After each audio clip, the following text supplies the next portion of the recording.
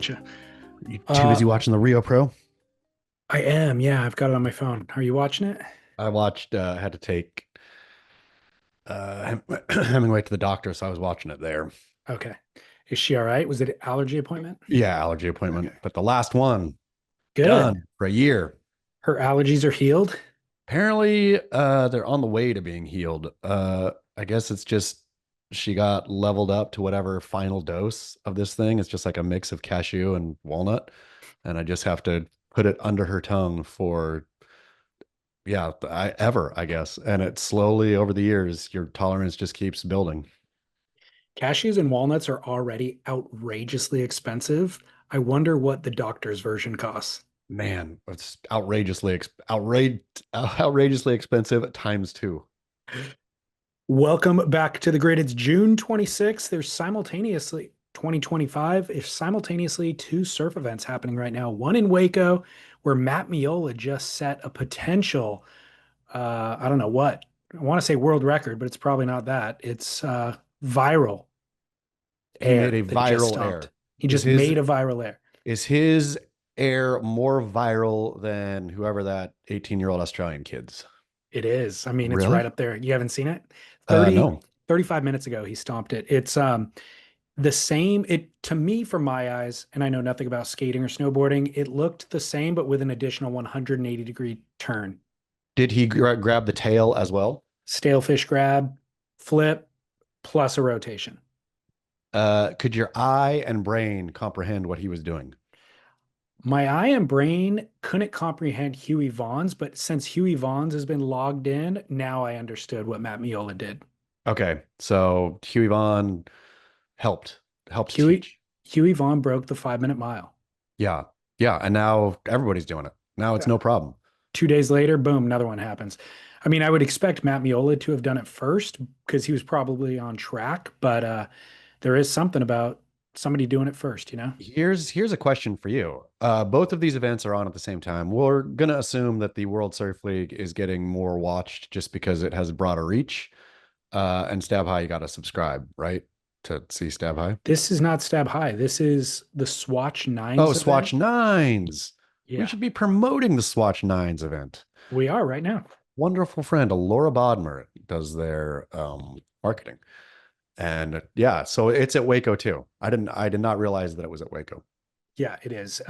Now let's talk about this. There's lots to discuss, but her marketing, I don't know how much, what level of marketing team of the team she is at, but from my perspective, we've talked about surf contests and the limitations thereof. We've talked about Stab High. That's a great novelty event. You know, how do you create a contest that creates a fair playing field, doesn't put too many trappings on the act of free surfing? How do you create something that gets enough eyeballs? And really, I feel like this Swatch event is kind of the best of all worlds because really they're just doing it as a marketing stunt to collect imagery for future campaigns, probably for the rest of the year. It's a small spend for them in theory. Like if you just invite pro surfers out, they'll probably come for free. You don't even have to pay them an appearance fee. So you rent the pool out for 3 days, which is probably cheaper than renting a photo studio in New York for 3 days, you know? You're not paying models at this point because the surfers are willing to surf for free. They all come, you pick up the tab for the party. But again, compared to other things, that's not really that much. And then you get these guys who just go and create viral clips for the internet and everything kind of takes off organically like wildfire. Smart. It's I a think it's smart, smart. it's a smart play, and it sort of harkens back to the day, the surf contest of yore, where they were all basically more or less branding events for either Billabong, Quiksilver, Volcom, whoever was the title sponsor of the event.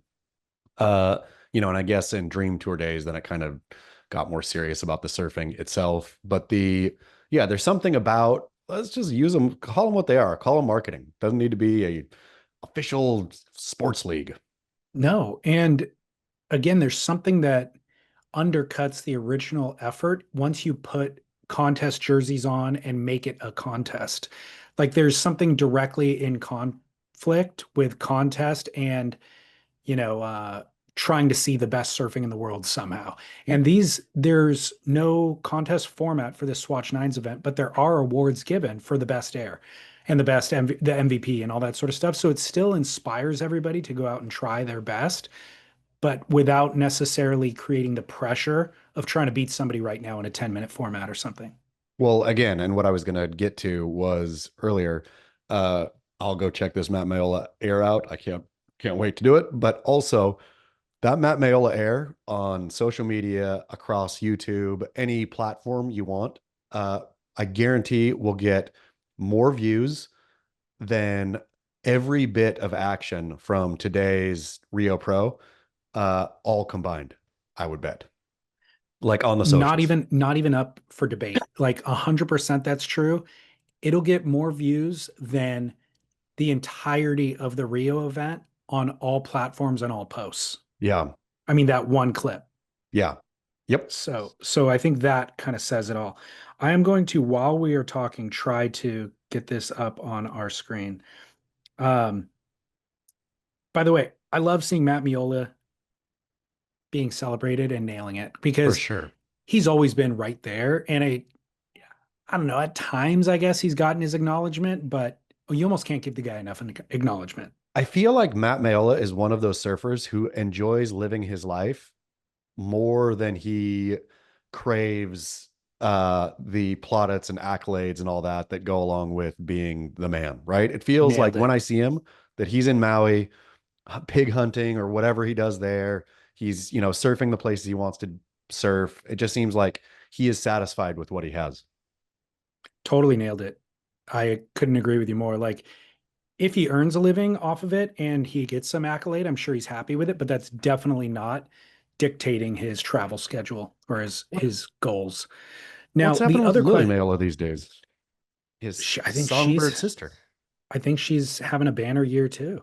Every time I Great. see something from her, yeah, it's some big update of John Mayer posting her on his social media or something like that. Okay, you ready for the clip? Yes. Look at how quickly I figured this tech out. Man, All right. genius. Getting Everybody's spears dumped celebrating. on him. So stalefish grab, full backflip plus the 180-degree And rotation. such a smooth landing, like such Yeah. a calm landing. It's insane to be able to do that and land with no problem. Hughie Vaughn's was an incredible landing as well. Yeah, they were. Both were. I mean, there's no like flailing in the fake whitewash, like trying to find the balance point again. Look at that. So our longtime listener of the show and Matt Miola's shaper, Adam Warden, AJW Surfboards, commented the zombie flip. The So I don't know. zombie flip. I don't know if that's the official name. Maybe the name Miola had been conceiving That's a while good he was. name. Yeah, I think so too. I like it. I wonder So how many. Question is for you though. Okay, so 5 minute mile broken, right? I think it feels like uh the air game from the pools has like gotten insanely more complex and progressive year on year, right?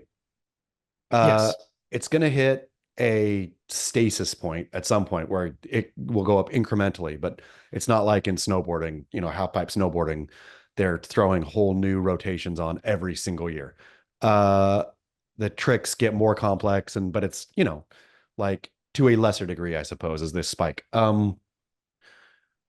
What is that going to look like? Are you excited for that version? I mean, I like calling it a zombie air because it feels like a zombified version of surfing and not necessarily in a negative way, just something that is very different from surfing itself.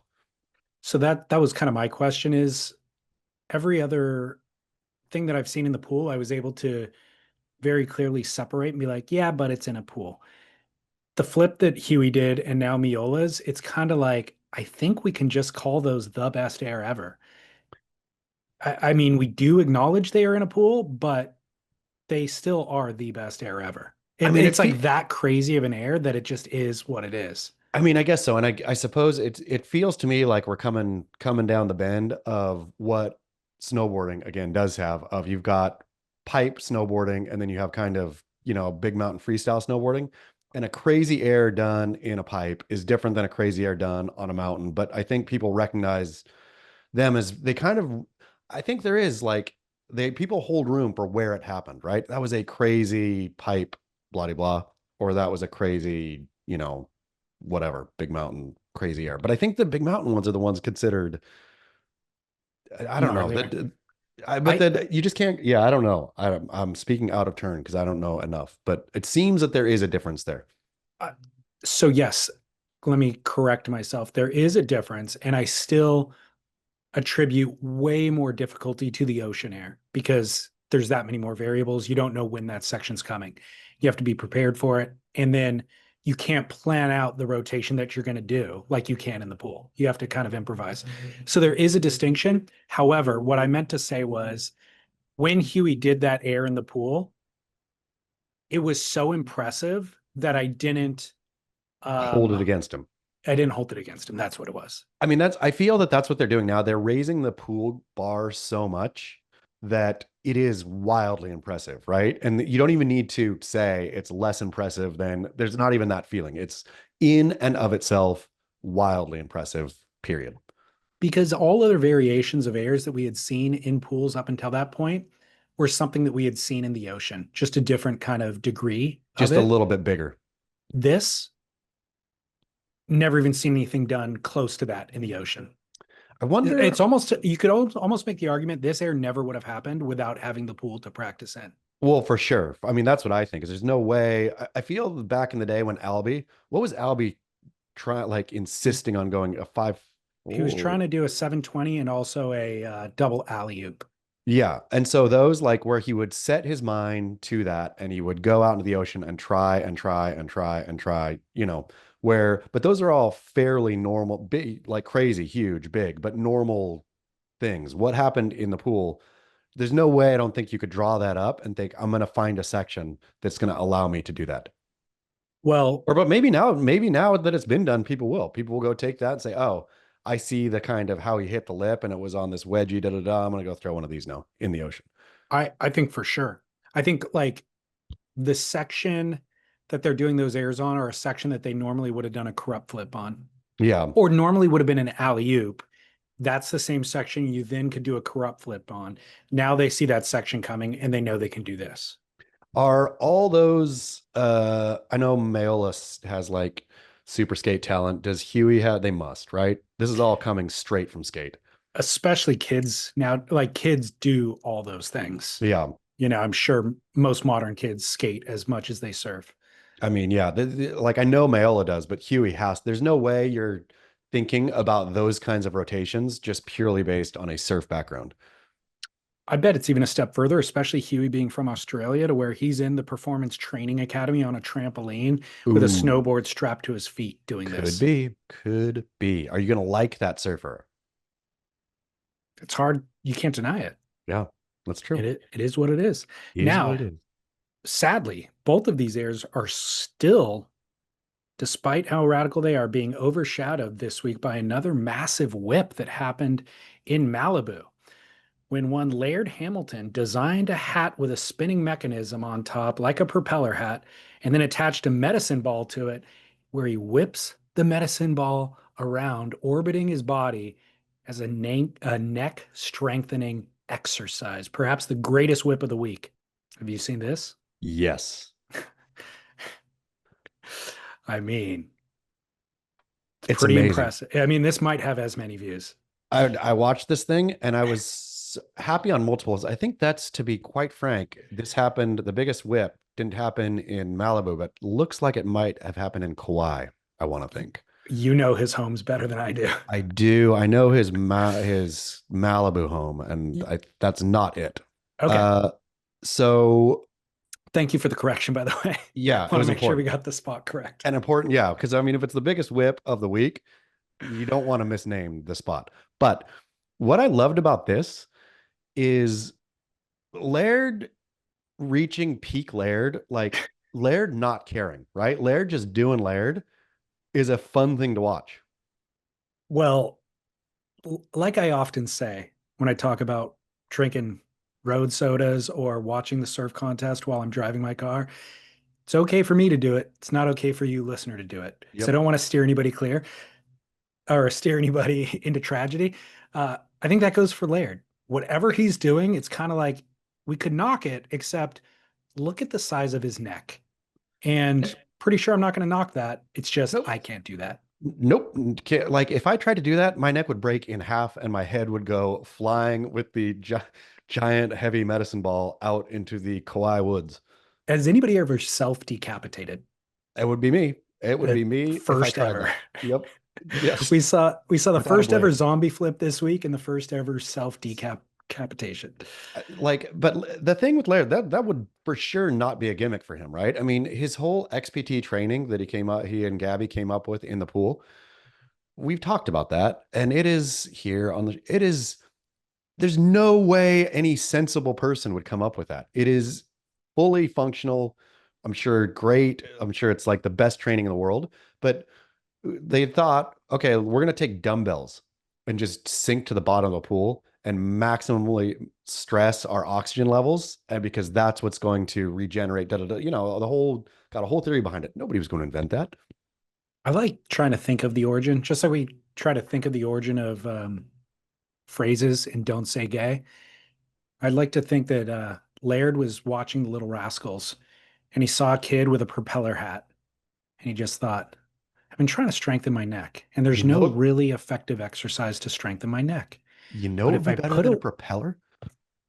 a weight, I could put some little free weights on the side, maybe if I wiggle my neck enough. And then he thought, and then it all got refined into like a helmet with a heavy strap with a medicine ball. You know, he probably worked his way up to the medicine You ball did. because you You wouldn't have start to. with that. No, that's what I was thinking. This is not your neck is not something you want to trial and error. I could see doing some trial and error with different weights of dumbbells at the bottom of the pool where you can just leave it down there and swim to the top if it's too much or whatever, right? You are not trialing and erring with your neck. Exactly. So it still has to be stated, though, that despite Laird being Laird and being able to do Laird, you have to weigh function and fashion at a certain point. Every single human being just does. Like, for example, um, taking a shake weight, if he had used a Yep. shake weight and put it in his mouth and vibrated it, filleted the shake weight, it would have created strengthening exercise for his neck And his jaw probably too. and his jaw, his Yeah, stronger double. jawline. I Yeah. love it. Double whammy.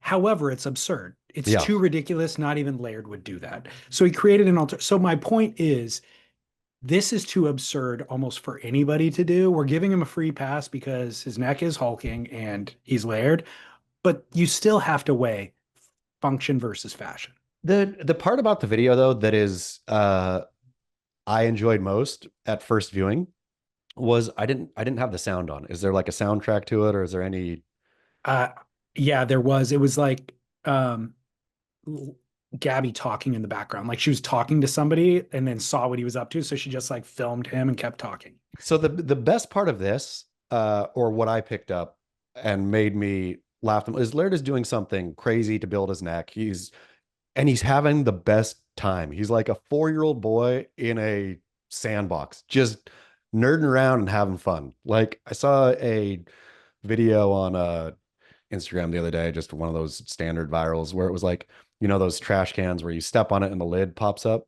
It was two like 4-year-old boys. They were taking turns stepping on it, and the other one would stand, and the lid would hit him in the face, and they just thought, ow. Uh, that's basically a version of Laird. Laird is out there just being a boy and having fun. It's epic that he has 3 daughters. Because I think all the girls just give him more boy Laird time. It's like, Laird, you go be a boy. And so he's perpetually just a boy. What went wrong in our lives? Uh, yeah, we took because Laird didn't have anything to prove to anyone anymore. And he said, you know what? I actually don't have anything to prove to anyone anymore. And so I'm just going to go do me. But he figured that out when he was like, because I feel like there was some point where he was still trying to be something, but I think he figured it out at like low 30s or upper 20s that wait, I'm king of the sea. I don't have to prove anything to anyone. I can do whatever I want, whenever I want, however I want. Is there a point, I'm guessing maybe around age 50, where you stop being overly concerned with trying to earn money and honor your responsibilities and advance your position in life? I mean, I don't think for you and I think you and I are going to be part of the rat race forever because we are not Laird Hamilton.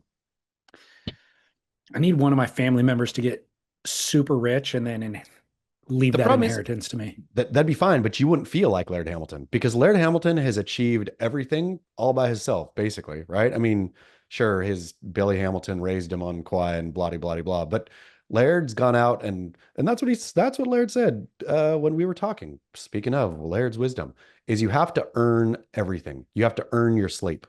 Where so Laird goes out every single day, which so I suppose you and I could maybe reach some lower rung of Laird status if we went out and worked our hardest every day. If we woke up at 5 and ran 3 miles, came back, there was no fluff, there was no unhealthiness, there was no scrolling, mindlessly on social media or drinking booze or treating ourselves to a little something special, right? It's just you wake and grind and then you go to sleep satisfied. You do the next thing the next. It's just keep grinding.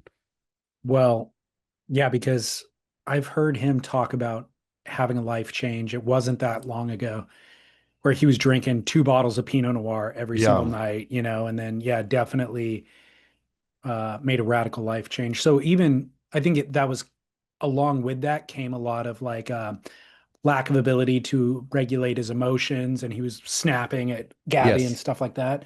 So yeah, he realized at a certain point But the realized error and of took his the ways. took the step, but didn't take it in the like, okay, I'm gonna get in the program and I'm gonna be like a soft little mushy about it. Not that people in the program are mushy, but he just said, I'm going to uh end up making medicine balls that I swing around with my neck. Like I'm gonna replace alcohol with something equally kind of crazy that makes me feel basically just as good because I'm just spiking endorphins all the time. It's been a beautiful transformation, and I've Yep. never seen a stronger neck. Just wait, just wait. The Surface Journal story dropping soon. Me and Laird. Is it? Yeah. I didn't know that. Oh yeah, it's in the can. So it's either this next issue or the issue after that. I don't Can't know. wait. Perfect. What a tease. Yep. Um, so if you do want to follow the path of uh, performance, drinkag1.com/surf, who is now running ads during the Rio Pro. I don't know if you saw that. Wow. Going all in. And yeah, what I will say with the drinkag1.com/surf is that it will get you feeling close to Laird. You can see Laird kind of on the distant horizon just by doing that. And then you could be bad the rest of the day. You just do that, you could see Laird just over that next hill, and then you do what you want. I got a glimpse of his tail end as he crested over the hill. Yep. But so perhaps the only redeeming thing about the Rio Pro broadcast are the AG1 commercials, actually. Man, that is a tough one to watch, I gotta say. Like the waves are so wonky. Uh it's such an absolute throwaway. As I've Like, been prep as I was prepping today's podcast and doing various things this morning, I turned it on, my phone, moving about the house, just kind of glancing at it, had one earbud in, trying to listen to it. And 5 minutes went by with nobody catching a wave. Then they cut to the Portuguese female broadcaster, and she was up on a zip line. And she's like, "Oh, this is going to be so exciting to go down the zip line." So they spend 20 seconds watching her go down the zip line, cut back to the surf, and Kanoa's finishing a ride. And I'm like, I've been watching for 5 minutes to see somebody surf a wave, and I get to see him finishing a ride on the whitewash, and that's yeah, it. man. But good thing they knew in the booth that you didn't miss much because there's nothing much to miss. Well, their drinkag1.com/surf commercials are beautifully create edited, like shot cinematography. They show all the vegetables and fruits like being Oh, whipped into a I've seen those. frenzy. Yeah. Yeah, and then atomized into a powder. Yep. And when that powder comes together, you know what I saw? Little red. The red powder that you've talked about seeing that I've like somehow is not in the when you look into the powder, the dry powder, it's all green. Yep. But when you mix it with water, you'll see these streaks of red in it. That animation shows the red in it as it's I being whipped. I saw that same or noted that same bit in the drinkag1.com/surf adverts and thought for sure they're listening to us and they're like, people maybe think they're bleeding and we need to set this straight with a quick visual. Because there are superfoods in there that There are are. They red. show them. Yeah, They show the red getting ground up right in there. exactly. So just as with so many World Surf League related things, we talked about it 5 years ago. They're now implementing the changes now. We started talking about drinkag1.com/surf 5 years ago, and here they are finally embracing a path to foundational nutrition. Finally. But then also, I think this just bleeds out everywhere. No pun intended. But drinkag1.com/surf listening and thinking, oh, this guy thinks he's bleeding in his mouth, bleeding out of his mouth some mornings. That's not a good feeling to have. We've got to remind people that even though the powder is pure green, when you mix it, it's pure green. But when you drink it, sometimes there will be streaks of red down the glass. That's Noted. right. Yeah, And even though your mouth is not bleeding out, your bloodstream will be healthier once you ingest this. absolutely. Those superfoods, it's like bleeding in.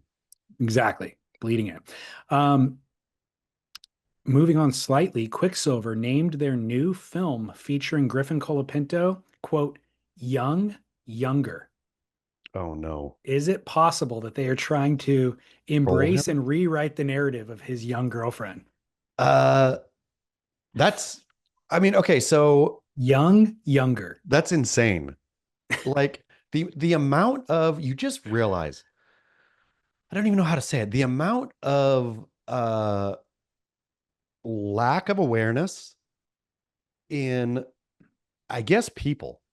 We can say surfers here because I feel, obviously Felipe Toledo has such massive lack of awareness. The fact that he can even show his face places with things he's done and said, but Griffin too. This is, unless he's in on the joke, unless Griffin Colapinto thinks this is funny, I'm going to double down on this. People are talking about it. There's no way he's not getting sent those memes. So, my point is in this Trumpian era, it's not a matter of um, being in on the joke.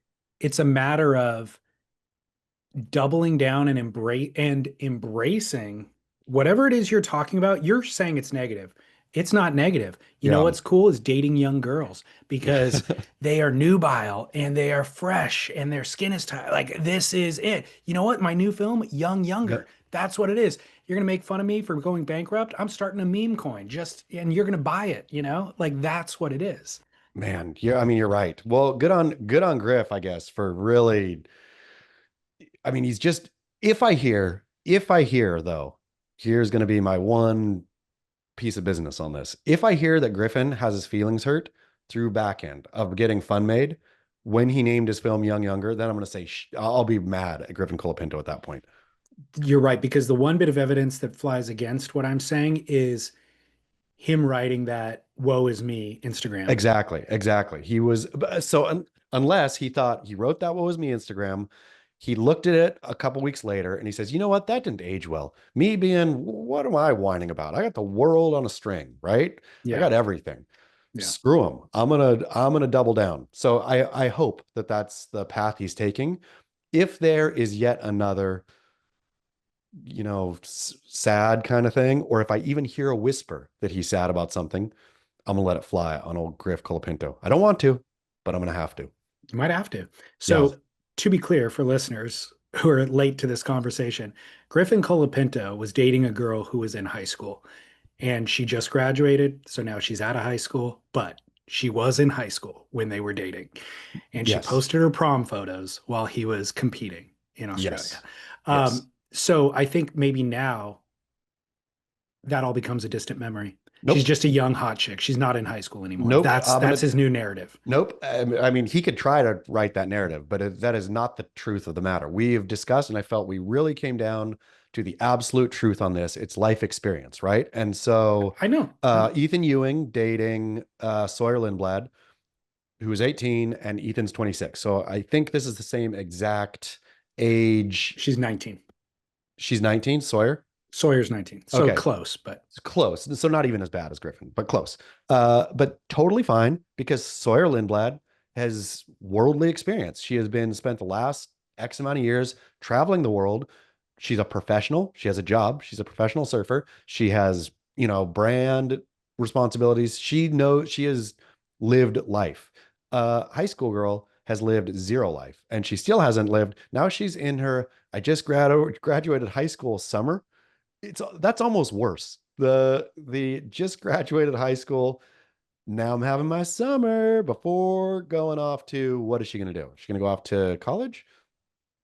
I have no idea. I mean, And then we're back to weird, still weird, true. but back to weird of dating a college freshman when you are well out of, college age and a professional yourself. This doesn't get better until she gets like turns 30. And then So, you've got the whole, well, was she groomed that whole time argument. yikes. I mean, again, Trumpian 101 is, Younger. yeah, grab her by the pussy. You know what I Yeah. mean? Like it doesn't matter. I could say whatever, I could do whatever I want to do because my megaphone is larger than yours. And I don't I'm not care. even not even going to back away from it. I do not even care. And I'll say whatever I want. I'll go out and spew whatever I want. I'll be defensive if I want to be defensive. I'll be, won't pay attention if I don't want to, like, whatever. It doesn't matter. I'm bigger than you. And I will title my film Young Younger just despite you. Yeah. That's Yep. where we're at. Man. So I'm keeping my ears open though. I'm proudly backing him for like taking this one and saying, I don't care. But if I hear that he cares, Okay. coming for you, Colapinto. Well, right along those lines, Kelly Slater, we talked about, has finally named his child Tao, as it's pronounced, Tao. And in a twist we never saw coming. Never saw this one coming. Because we're not smart enough and we don't speak Thai. Man, I'm a sticking linguist. I should have figured this out. You should have figured it out, but I didn't. we do owe credit to our loyal listeners who are smarter than us. Maybe some do speak Thai, and they've identified that Dao is translated to turtle in Thai. Do you please tell me you have it queued up? Oh, the song? Yeah.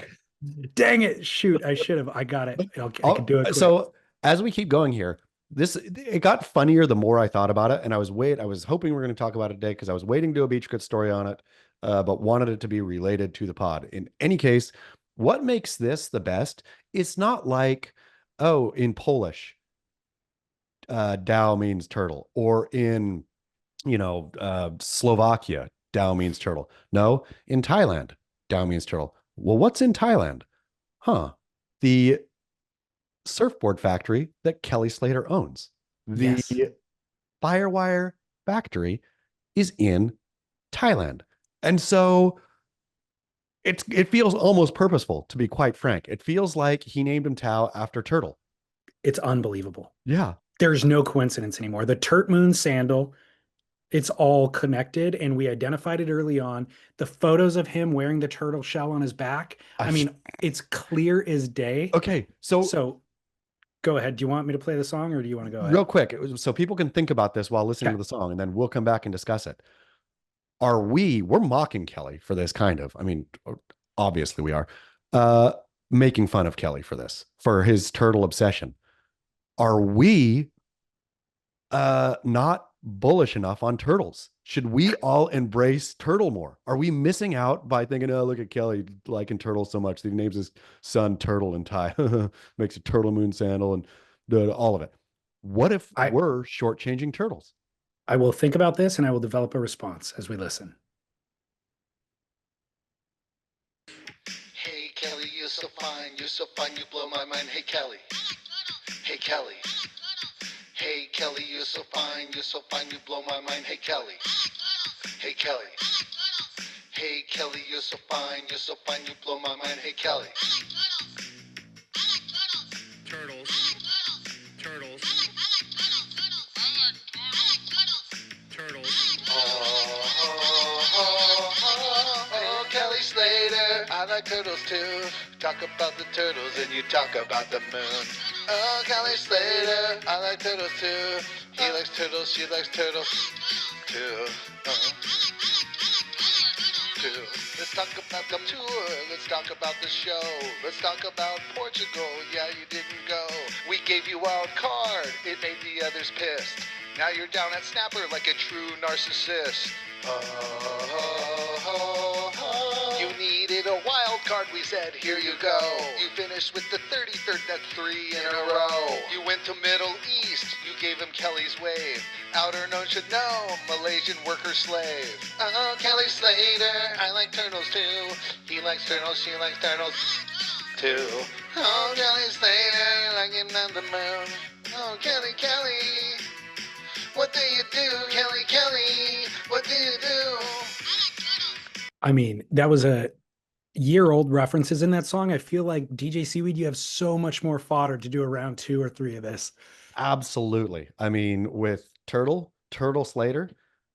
Little Turtle Slater. I mean, it's unbelievable. So I have never shortchanged turtles. I've never made fun of turtles. I've only been making fun of Kelly's obsession with turtles. But you've never taken turtles seriously. You've never said, I like a turtle. You've never woken up in the morning and said, let me consider the ways of the turtle. Let us ponder and meditate upon how a turtle moves through. What's a turtle's relationship with this world, et cetera, et cetera. I've thought about turtles exactly as much as I've thought about raccoons or mini horses, like a fair amount. I have respect for their nobility. That's about it. But what if and worship may be a description a bit too much, but what if Kelly's worship of the turtle, I've got to go back and find which societies, because for sure there was a society that worshiped the turtle, and see, like, is Kelly involved in some kind of turtle cult? But that's what's giving him his youthful energy, his power, his longevity, all of it. There's moments on this podcast over the 8 years we've been doing it where I feel like we've gone a little too hard on something, or just we read too much into it maybe. And then in those moments, new information gets revealed that we just pulled the thread on the sweater, and the sweater is unraveling. And it's like, oh my gosh, him making a Turt Moon sandal was not a marketing exercise. No. It was a sincere obsession. But what if, though, again, what if there is some ancient turtle cult? Yeah, I'm here for it. You figure it out. And this is what he's doing. This is what he's actually involved in. Informs his, how he lives his life. This is all the first act of a Netflix documentary coming at us in 2030. When you identify, this was like when the cult was founded, and it was just like, oh, we're just twin flames. We're just trying to love one another unconditionally, and Kelly Slater just had this general obsession with turtles. And then you find out, nope, just trying to bang all the runaways. Yep. And collect all the money. You know what? Give me your paycheck. I will distribute it amongst this community evenly. You want to rub really my back? Amazing. Tao is really, truly, though, Tao Slater. So more will be revealed, and now we're going to have to see John's kid, Jack Robbo's kid, lose to a turtle in 15 years. I mean, exactly. And, I don't know necessarily that Kelly Slater has appreciation for the film North Shore as much as, say, a Devin Howard. But, I mean, maybe all of it ties the best character, the most quoted character, the character that when people talk about North Shore, they don't quote Rick Kane. They quote Turtle. It's a great point, dude. I didn't even think about that connection. Yeah. Turtles are all around us. They're all around us in surfing, and maybe Kelly just realized, I'm going to bring it all together. Do you think? And okay, and this is not even 1%, less than a 1% chance that this is actually a possibility. That Kelly Slater named his son Tao based on Taoism, and the balance of opposites and yin and yang and all that. And then he's finding out now, somebody's going to tell him, hey, these guys were talking on the podcast again, making fun of you. Did you know Tao means turtle in Thai? And if he's just going to just be like, I can't win. I cannot win. He accidentally named him Turtle? No chance, because it's not a normal name. Yeah. It'd be like, And again, if turtle was Polish Tau, then I would say, okay, I don't know that Kelly's spent much time in Poland. That seems far-fetched. The Thai connection, Kelly has, I mean, that is his business. It's not Yeah. that he's makes Slater designs there. Kelly Slater owns Firewire. He owns a Thai business. Yeah. Uh-oh. Frozen. Sorry about that. No problem. But you know what this is purely more proof of? The What? power of the turtle cult. Right when Oh we were my talking gosh. about turtle cult, right in the middle of like basically uncovering all of this. And we don't crash when we're home here. You're right. This is like, well, sometimes I'll crash on the road. I never crash at home. Good, Turtles strong internet. intervened. Yep. All right, we're really onto something here. Yeah, I'm going to be very careful with what I say from this point forward. Well, let's just get it on the record now. If Chaz or I go missing within this next week or so, investigate the turtles. Find a turtle. Dive deeper into Kelly's search history. Yeah. We got a VAER, tools to live by. Sweet. VAERwatches.com/surf splendor will get you outfitted in an American assembled waterproof guaranteed timepiece. Already said it from the Florida Surf Film Festival or the podcast tour, but the VAER watch was a hot commodity on the road. People were hyped to win their VAERs. So not only did we give away a couple and people won them, but I noticed people wearing them, Yeah. showing up wearing them. And I was like, hey, look at you, man. So yeah, we'll save you 15%. VAERwatches.com/surf splendor. This tool to live by query, perhaps the first ever coming from a female. Dear sirs, you were discussing the limp handshake. Oh, by the way, the limp handshake was in reference to Michael Dunphy. His film that we were discussing last week, Blue Veil, is now available on Stab Mag. Go check it out. It's a Stab Edit of the Year entry, and I would argue one of the front runners right now. So anyways, you guys were discussing the limp handshake, and it got me reflecting on the lawless landscape of female greeting practices. As a woman, I feel like a rock, paper, scissors game of handshake, hug, or cheek kiss, and I never know what's coming at me. We need a situational guidebook for both male/female and female/female greetings.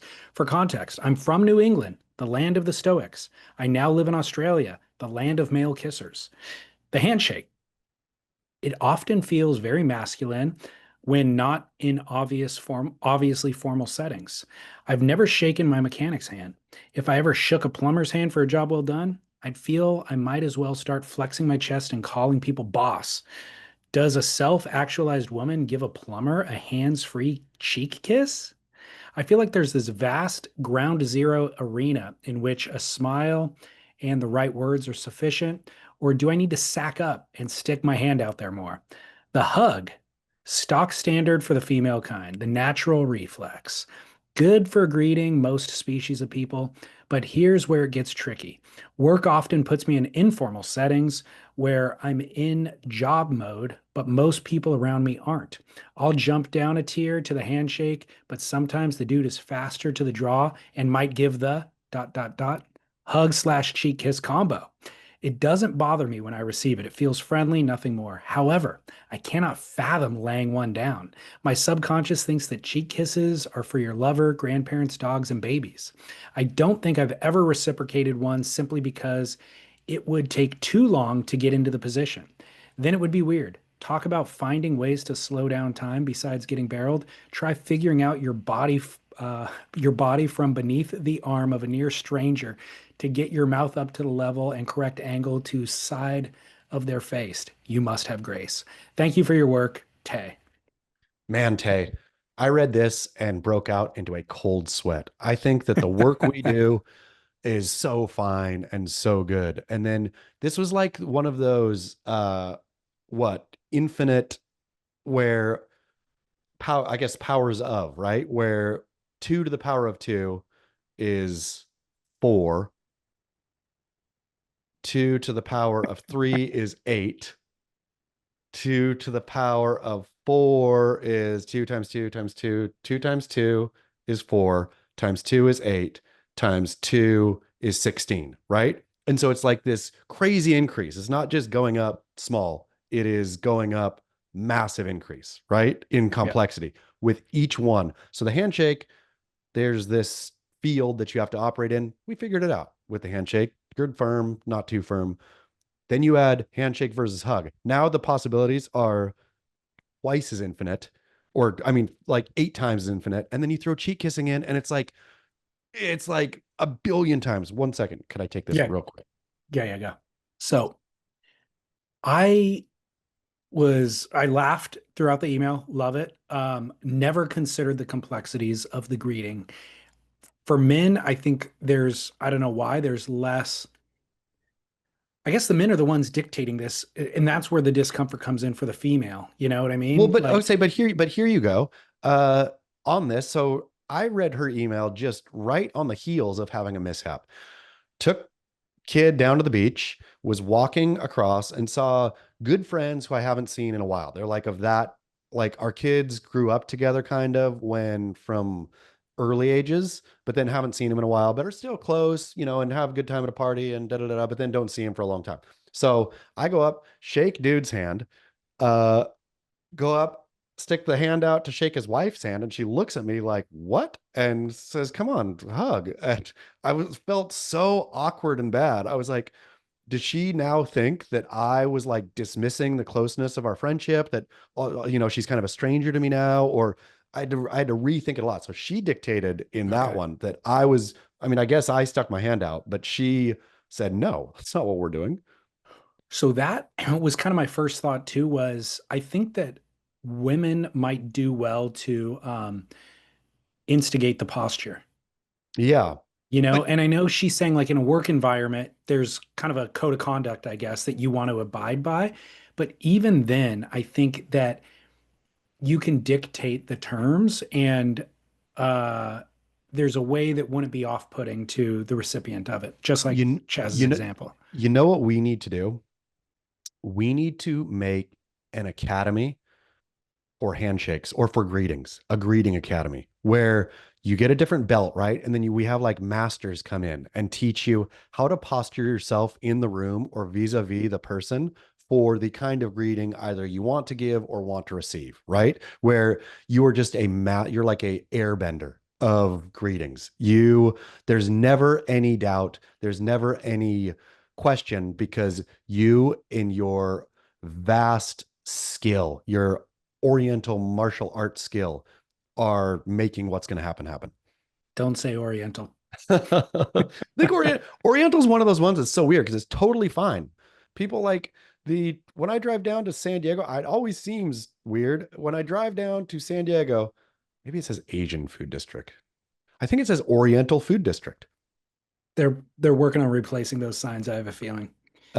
It's new. They just threw it up. Oh, really? Well, Yeah. maybe it's back. But Who knows? I feel the I'm not an expert. Oriental Occidental. I think when you mean Oriental to mean strange, I think it's bad. But if you just mean from the East, where I'm saying in this handshake academy, it would have to be Eastern knowledge, right? Gotcha. There's no Western knowledge that could, we're gonna have to go to the ancient Tao, the ancient So turtle arts. let's call Kelly, find out Yeah. his thoughts on this. So I agree. I like the idea of that. I think that to Tay's point, there needs to be an overarching guidebook. It is lawless. There's a lawless landscape of female greetings. And But it's lawless in particularly like Australia or parts of America, right? I think well, it's France lawless is when solidified. France is a yes, cheek kiss. Let's when boom, cultures boom. shift, when Yeah. cultures mix is when it becomes lawless and you don't know Yeah. what to do. But I'm wondering if the hug is just the ultimate greeting. Well, but it's not because a hug is like you diminish the value of the hug by hugging everyone. The hug is a closer, I don't want to hug randoms. I don't want to hug my male neighbors. Yeah, exactly. That's where the handshake comes in. Precisely. And so like, so you have to have the handshake. The handshake's essential. Now we're adding hug, but hug also has its complexities of when do you use it, right? And again, I got so busted on the beach by throwing a handshake when it clearly should have been a hug. So Tay specifically was referring to the female greeting practices. So I guess we need to remove ourselves from this. And I'm wondering But if is the she, hug is but no, appropriate. she was talking about, I mean, I feel for female to female, the hug should be universal. That's what I'm saying. Yeah. Because to her point, the handshake, it feels very masculine when not in an obviously formal setting, is what her quote was. Yes. And I agree with that. The handshake just does feel too masculine. It's okay for me and my male neighbor to do, but two females, if my wife and the female neighbor were saying hi and they shook hands, it'd be weird. Yeah. No. And women know how to hug way better than dudes do. I mean, by and large, right? I feel Yeah. they have the hug game figured out like men have the handshake game figured out. When do you go in kind of, like the lean without too much body? I feel they know all the nuances of how and when to hug who. Yeah, their bodies are probably better designed for it, maybe. They're just good. I think they just picked up the nuance, right? Of when do you go Yeah. tight, when do you go loose, when do you go a casual hug, when do you go a sincere hug? I feel they have that game. I can't even speak to that game because I'm a pretty crap hugger. Well, you're tall and lanky. It's an awkward Yeah. you have a hard time connecting with another human being in that way, you know? It's Like like a weird physically. pat on the, I'll always do the weird pat on the back kind of thing. Like it's just, I'm not Yeah. good at it. No.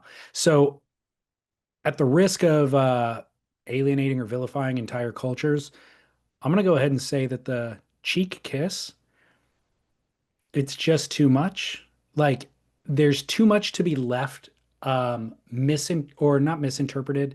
That too, but you got to go, is it one cheek or is it two? Or are we going left and then right? Are we going right then left? There's too much that can go wrong in the hug and a cheek kiss to where I think we need to abandon it entirely. I just say we need to abandon the cheek kiss for non-native cheek kissers, right? If you have grown up in the cheek kiss as a cheek kissing as your first language, by all means, because it's the like I will also say it's the best, right? Like you see two Italians on the street, oh, blah, blah, blah, bang, bang, kiss, kiss. It's all perfect, right? Like that's the movie scene I want in life. Dude, I've I been don't want them in to it, hug. I don't want them to shake hands. I want to bah, bah, bah, bah. but I've been in those cultures and was married to an Italian, and even within it, there wasn't a uniformity to it. It because some people would go cheek to cheek, others would go lips to cheek, some go left and then right, some goes right and then left. Like there was always a little bit of confusion when you're approaching. You're still assessing what they're doing and trying to make these minute adjustments at the last second. Well, then here we go. Then I have an alternative scenario for us. What if we abandon both handshake and hug and force everyone into the cheek kiss, everyone in the world into the cheek kiss, and then it makes the greeting sort of perpetually an awkward game. Life would be a lot more fun then. Like you could come away from a greeting with a stranger and think, boom, nailed that one. Nailed that cheek kiss. Or you could come away thinking, gotta work on the game. I misread this. Like your brain would be a lot more engaged with external. We're so see Griffin Colapinto's younger. We are so self-consumed. If we went full cheek kiss for everyone, it would force us to start reading people again. Hmm. What do they want? How do I It's how do I deliver? it's an interesting concept. What do they want? I'm gonna okay. What energy are they putting off? People I aren't think reading people's energies anymore. People are just thinking about what do I want and how do I feel. one thing I like about this is you can quickly identify somebody's personality type based on how aggressive they go in on that, whether they do try to touch lip to cheek, lip to lip, Completely. even. If It you it catch mono from them, you learn a lot. I mean, it adds so much more than handshake. We learned something about Michael Dunphy, right? We learned something that Yeah. we didn't want to learn about him, but he's got Yeah. a limp fish. That doesn't, I hope that he works on that because that doesn't speak well in you, but it's kind of just a minor not speak well. Now, when you throw in the cheek kiss, wow, what if Dunphy came in like with an air kiss, say? What if he came in and on both sides but didn't touch? Then you'd say, ooh, well, now I know that Dunphy might be a germaphobe or something, right? Like maybe that explains the limp fish. He doesn't want to touch people. Well, Dunphy is a bit of a Lothario by going for the kiss, but also a germaphobe by not touching skin to skin. Yeah. I mean, Lots of information here, tons of information, but I think we universalize, normalize cheek kiss greetings. but no hug. So you're going cheek kiss only, no embrace. No embrace. Boom, All boom. right, done. Yeah. Solved it. Tay, I hope this helps. Cheek kiss everyone. That's all you like. You will be so, I guarantee, I want you to put this experiment into place. I want to give it 2 weeks where you only greet everyone with the cheek kiss, report back, and see how your life has changed. I think she'll be CEO of that company pretty I mean, soon. that's what I'm saying. You are going to be the one. You're not fumbling around with, you've decided what you're going to do and you're executing, even if it makes other people feel uncomfortable. Yeah, your boss goes in for the handshake and boom, hit him with a kiss. Done and dusted. Flat-footed. You could You're take over his position. You're sliding into that desk next day. Exactly. I like it. Power position. Yeah, Tay, that was a good week. I didn't think we were going to be able to solve Tay's dilemma, but we fully solved it. Well, and again, furthermore, I'd never even thought about these things before. Like I had a little bit of energy around it, but I think it's a very different experience for the woman. I think there's much more energy around it for the woman or brain processing when they're going through that greeting, where it made me sympathize with the plight. Very much. Well, leaving VAER tools to live by, and let's get straight into everybody's favorite segment as I try to cue up the music. We're just being friendly, we're just having fun. But if we say the wrong things, we'll hurt everyone. So don't say gay. All right, don't say gay. Great song. Following up last week's Fruit Booters, lots of feedback. Everybody loves it. And I think as I've read the consensus, it's genuinely funny. And that trumps all. Yeah. Right? It's true.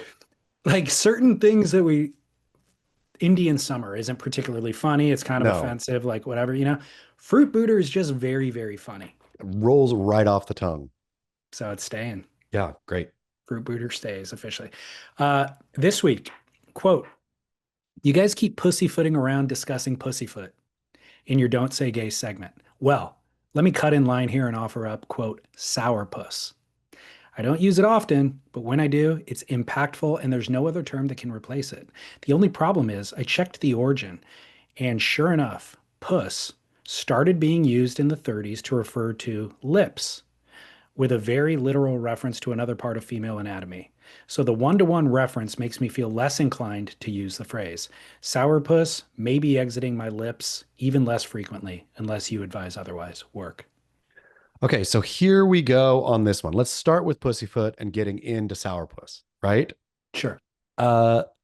The pussyfooting, these both work very well as pure double entendre, where you have absolute, you can be offended at somebody for thinking that you meant anything other than in terms of pussyfooting. That's how cats walk. What are you talking about? Sourpuss, yeah, like that's a little, because I would even refer to, I mean, he looked at the origin, right? I would have thought that sourpuss would have referred to like a cat's face also, being grouchy. I would have thought both of these were cat related, to be quite frank. So, but he only went back as far as the 30s. But I guess that's when sourpuss started getting used. But in any case, though, people used to, and I thought it was more than lips. Like, I thought it was a reference to face back in the day. Yeah, it is. I mean, sourpuss is definitely the entire facial expression. Yes. But the souring, yeah, and then you have a puss on, it feels like you're making kind of a pursed lips. But that's what I'm going to say, though, is both of these are such double entendre where the meaning is so clear, even though the word puss has become like dominantly to relate or mean something else. Nobody or very few people call them pussycats anymore, for example, right? Do you hear, I mean, you have a couple pussycats. Do you ever call them my pussycats or my little pussies? No, but I think if we did track the origin of the female anatomy, that was originally, I mean, it was not called, I mean, they started calling it pussy in reference to a cat. You think so? I think so. I think the cat existed first, and for some reason, well, for sure, the cat existed first. I don't know, but the cat, I don't know which existed first, but they started like beaver never really took off. There was a point in the 70s where people were talking about the female anatomy as a beaver, and it kind Yeah. of lasted for 10 years or something. Yeah. But I think pussy as a reference was originally like a kitten, a cat, and then they started referring to the women's uh, anatomy that way. And so any of these terms, it all goes back to cat. Yeah. And so let's But just, the cat, but as you're saying, the cat now doesn't use that term at all, and it's only being used for the female anatomy. uh-oh, So that's where the problem comes in. we're sticky. So you're talking about pussyfooting, and you're like, oh no, but I'm leapfrogging past the female anatomy back to the original source, which was the cat. But nobody even thinks of a cat as a pussy anymore. That's really true. You really stumped me there. You And really, and to be honest, I don't like the word that much. The word feels gross, even just saying it right now. but I will say though, the visual, I mean, could we call it kitty footing? Could we call it something? Because like Kitten footing doesn't work. a cat nimbly walking around is the exact picture for when people are pussyfooting, right? Just get Yeah. right to it. Like, so it's a really nice visual. It's a really good metaphor for visual image for that's how, not being decisive looks. It looks like a cat kind of not be, Yeah. so Gingerly. gingerly stepping around. So I like it. I like the way So it looks. So this is the most confounding one yet because kitty footing? no, I don't like the term for the female anatomy, but I love the term pussyfooting or sour puss. I think still both are very effective and they do exactly define what it is you're talking about in a way that no other term can. Yes. But I don't like the word itself. Uh, The well, word feels gross to me. that's true, but maybe we need to maybe we need to use like other of these things. I think we have to use them more, not in terms of we should make pussies cats again. Is we should buy red hats and just big bold letters, make pussies cats again. Because if we do that, we're fine. Make pussyfooting great again. Yeah. If we use, you need to, I hate to tell you this, you need to start referring to the cats you have around your house as pussies. And you Okay. like out in public. You have to tell people, I came home and I had to feed the pussies, and the pussies sure do like to drink milk and things like that. You're gonna have to normalize it for cat talk again. Enough to where my 3-year-old is saying it at preschool. And teaching it to him, and the kids go home and say, oh, Austin came and talked about his pussy today. And the parent, we just got to get it good enough for the parent to know instantly oh, really? What color is Austin's pussy? Gray. Yeah. Henny old has is a Austin's pussy? Henny has a twin brother too. It's weird. Yeah, we need to do that. We need to make pussy cat again. All right, man. I It's going to mean, be uncomfortable. I don't have any. it just So feels weird. I can't do it. There's words that feel gross to say. It's true, but it's only felt gross because it's been misapplied. I don't think so. Like people talk about their hatred for the word moist, and and I don't fully subscribe to it, but I understand what they're saying. There is something weird about that word coming out of your mouth. That's true, except for if you want to make it not weird coming out of your mouth, then just call lots of things that are moist, like regularly. Okay. You regularly use it. Say, hey, had a moist cake last night. It was so good. Who likes a dry cake? You definitely want your cake. You don't want it wet, but you want it moist, right? And just normalize it. All right, then. No more pussyfooting around pussy. Yeah, nope, exactly. Okay. It's all Uncomfortably proceeding forward. Yeah. All right. I had some research on pussyfoot. It's not worth reading. All right, let's go to commercial break, and then we'll have time for Barrel or Not, and then we'll also have time for the bonus show. Great. Do you have time for the bonus show? We sure do. Okay, cool. All right, we're back from break, and we got an email from somebody who's asking us to address something that we've addressed in the past, but I'm going to go ahead and read it, and you can just nail it real quick. Scales and Smith, I'm watching the WSL Rio Backwash Pro. After his heat in interview, Italo has his Red Bull hat on with his ears covered. So Barrel or Not, tucking your ears underneath your hat. Look forward to hearing you discuss on the pod. Tim from Santa Barbara. It's just a no barrel. I mean, I I hate know. like it's just not a there's no way you can make that look dignified or stately or anything that there's just no way. It only ever looks childish and oafish. I don't even understand where the trend started.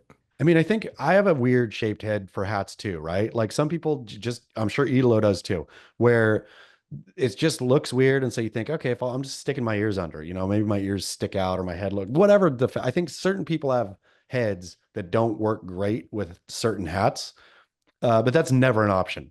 It's not wearing the hat is the option. So I've got that may have been the origin.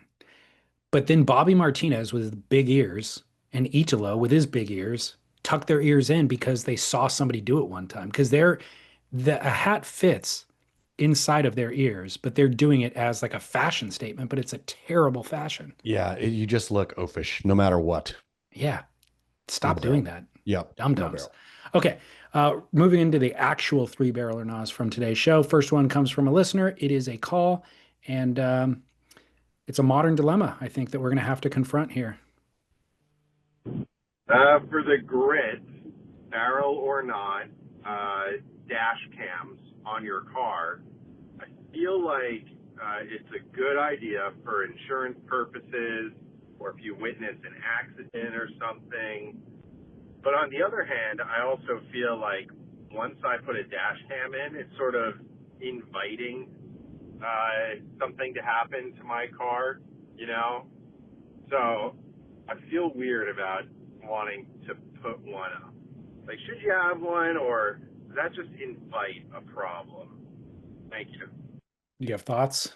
Yes. I mean, I think not only does it invite a problem, we got to fight against the dying light of the security surveillance state, right? If we're all surveilling each other and getting surveilled, like if it's surveillance, no, I don't want that. I don't want my kids to grow up in a surveillance state. And I know it's too late. I know the genie has been let out of the bottle and there's no way it's getting stuffed back in, but I'm not going to participate in that personally. I don't want to film my fellow man every chance I get, just on the off chance that, I get in a wreck and need it to prove that the person swerved into me. Like, it's just not worth it. It's not worth, for me, not worth just saying, oh, well, whatever, it's surveillance state. It's got to do it. Everybody's doing it. Yeah, I think you are just fighting a so far gone It is, but battle that's already been won. Like, there's no chance that you no, scrap I back know, any I amount of know, that. I know. It's just for my own dignity at this point to keep fighting. I want to Okay. be the one dude on the battlefield who's just swinging a sword, even though people are just looking at me thinking, huh? Why is that dude out swinging a sword?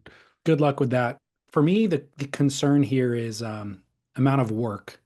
So if this requires me going and buying a unit and then that footage has to be warehoused somewhere, so now I'm paying for cloud space, or I'm taking the footage out of the car, plugging it in the computer, going through all of those efforts, definitely not doing that. It's not worth it to have clear-cut evidence of whose fault the crash was.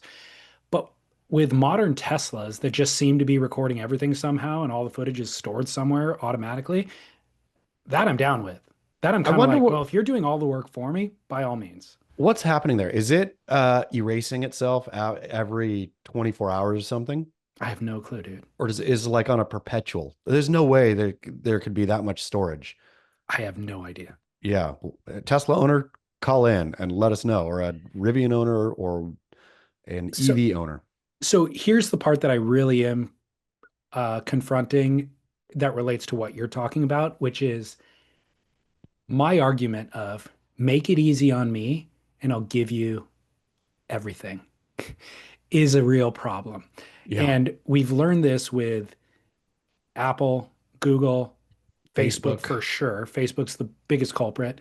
And now ChatGPT is willing to become your personal assistant. And I was talking to a buddy in Virginia Beach who's like, oh, yeah, like business decisions. Like I don't have a person to rely on or whatever, but I'll put my concerns in to ChatGPT and then it spits out basically an MBA program for how to proceed with that, from financial deals to whatever. And I'm like, man, now it knows all your business, Yeah. And it knows your scheduling, it knows your business, it knows Everything how about you. every single thing about you. And then you have Amazon Alexa in your house, it knows how much time you spend in the kitchen precisely. It hears your conversations with your wife, it knows how much, it knows everything once you coalesce all the information. So I'm like, man, uh, ChatGPT is free. Guess what? No, it ain't. Like the Yeah. fact that they're not charging you to use it means that they're actually taking all that data and monetizing it to sell. So that all makes me very concerned. Like we're trying to simplify our lives in these ways. I want We're this just, personal organizer, this digital organizer for me so that I can now go outside and enjoy my cup of coffee rather than return emails. But now it knows all your information. It's making you obsolete, is ultimately yeah. what it's doing. I mean, and I know all of this. I know genie's out of the bottle. There's no way putting it back in, but I'm just not going to participate. Yeah.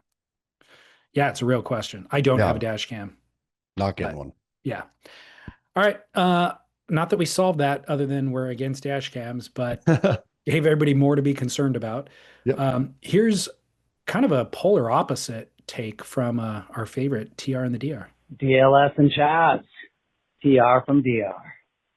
Been really enjoying the banter. Stuff is so classic. Keep up the great work. I've got a barrel or nah for you guys. Real quick.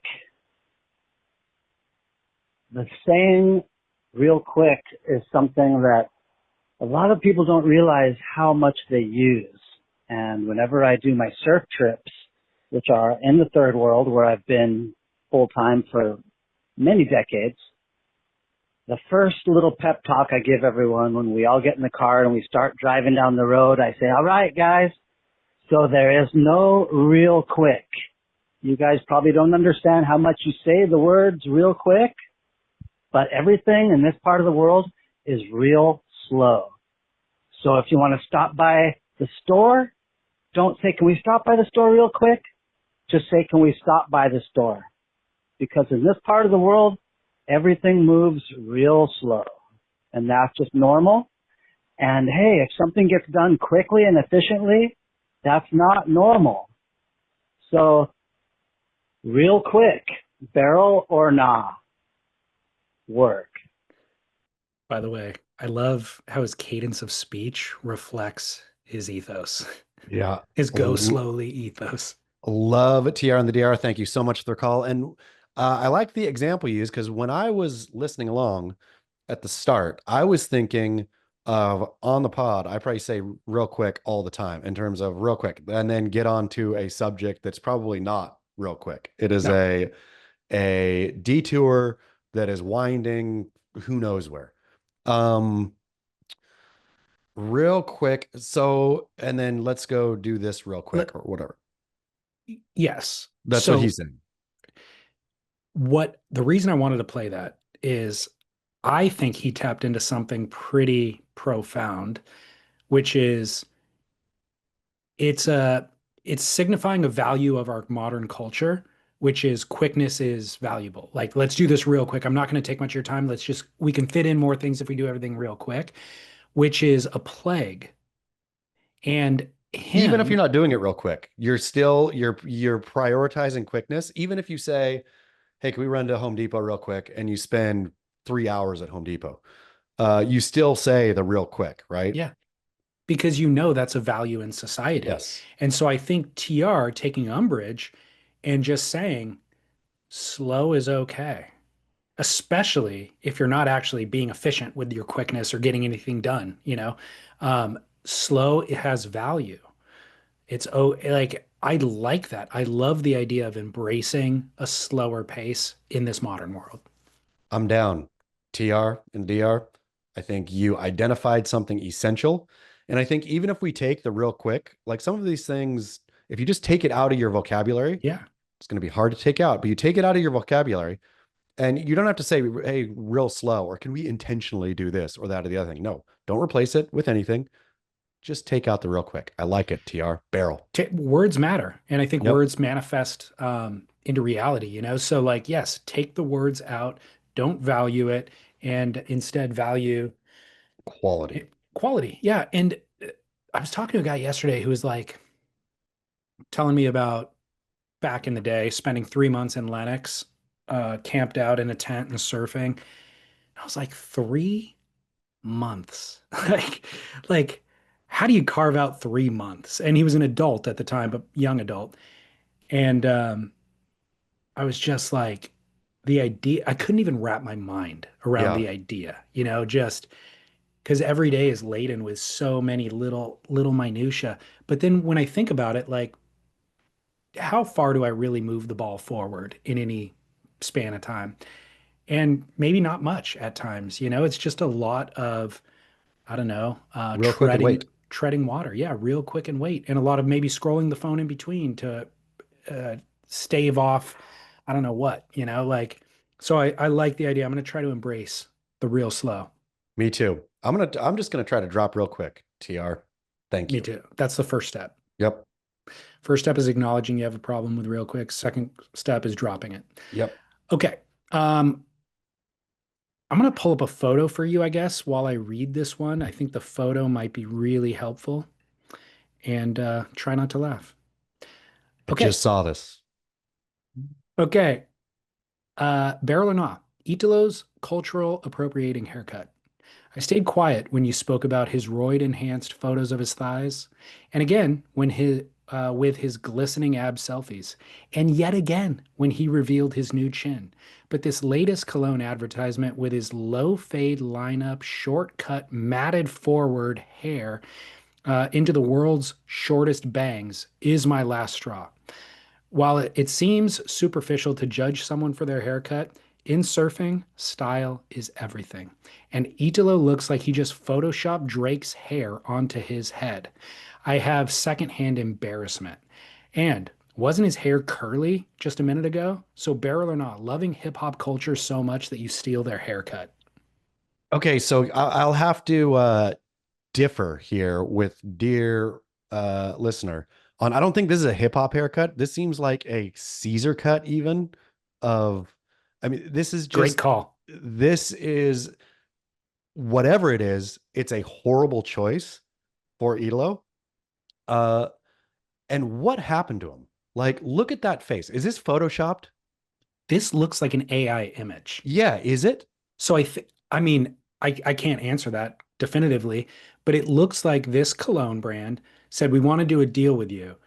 And it's going to cost however much money. Can you carve time out of your schedule? It's going to cost money to send a photographer, whatever, down to the beach to shoot it. Or we can just type it into AI and generate an image and we'll still pay you. And what I do know, either way, what I know is that Italo are you sure it's cologne? I couldn't tell what it was when I looked through it. Like, I think it's on my phone right here. I think it is cologne. And by the way, they also have an ad campaign running and activation at the Rio Pro event.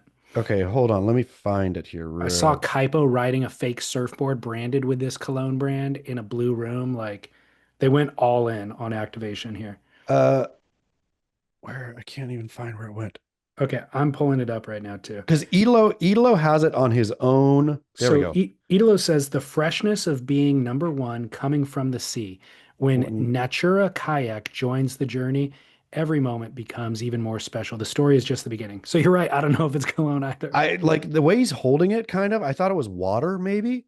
I don't know what it is, to be like, what a weird thing. But in any case, so I know he posted this photo on his own Instagram account, right? And this is not ironic. This is not, he's not being funny or strange or anything. He's being deadly serious about this, correct? Correct. Well, I mean, it's a paid advertisement. Sure, but he's taking serious. it very seriously. He's Yes. taking that photo very seriously, all of it. The Kardashianification of Italo, when Italo came on the scene, he was jubilant. He was effervescent. He was, like a funny looking guy, right? Yes. He wasn't this. So No. him doing this, like whatever with the hair, him being a Kardashian is what, because he was not that. If Gabriel Medina would have done this, I would have thought that's the path Gabe was on. I wouldn't be mad at Gabe for doing that. I'd think, and Gabe hasn't done this kind of stuff, right? Gabe does versions of this. Gabe did obviously what a shave your Gillette. yeah, whatever. But it wasn't like this. It didn't look like this, right? This feels off. This feels. I saw the Real Housewives of Miami the other night on TV. Yes. Larsa Pippen. Yes. I was like, who is that? Like, is that a phony Kardashian? And my wife's like, that's Larsa Pippen. I'm like, Scottie Pippen's wife? Like, I remember she looked Yeah. 5 years ago, she looked nothing like that. She looks like a freaking cartoon right now. Exactly. And that's what I'm saying. that's what he looks like right now. Yes, Like that's from what the I'm saying. from the new chin to the chiseled abs to all of it, it is like, you're right. Is it an AI image or is it him? It could be either, actually. But same with any Kardashian image or Larsa Pippen image, right? You don't really know. None of it's natural anyway. And so I'm sure Larsa Pippen looks like a version of what she posts on Instagram in real life, but she doesn't look like that. Italo, there's no way Italo looks like this up close. There's no way you're that. But and on one hand, B, on the other end, Italo shouldn't want to look like this. This looks weird. This looks weird and fake, and it doesn't look natural to who he came on into our world being.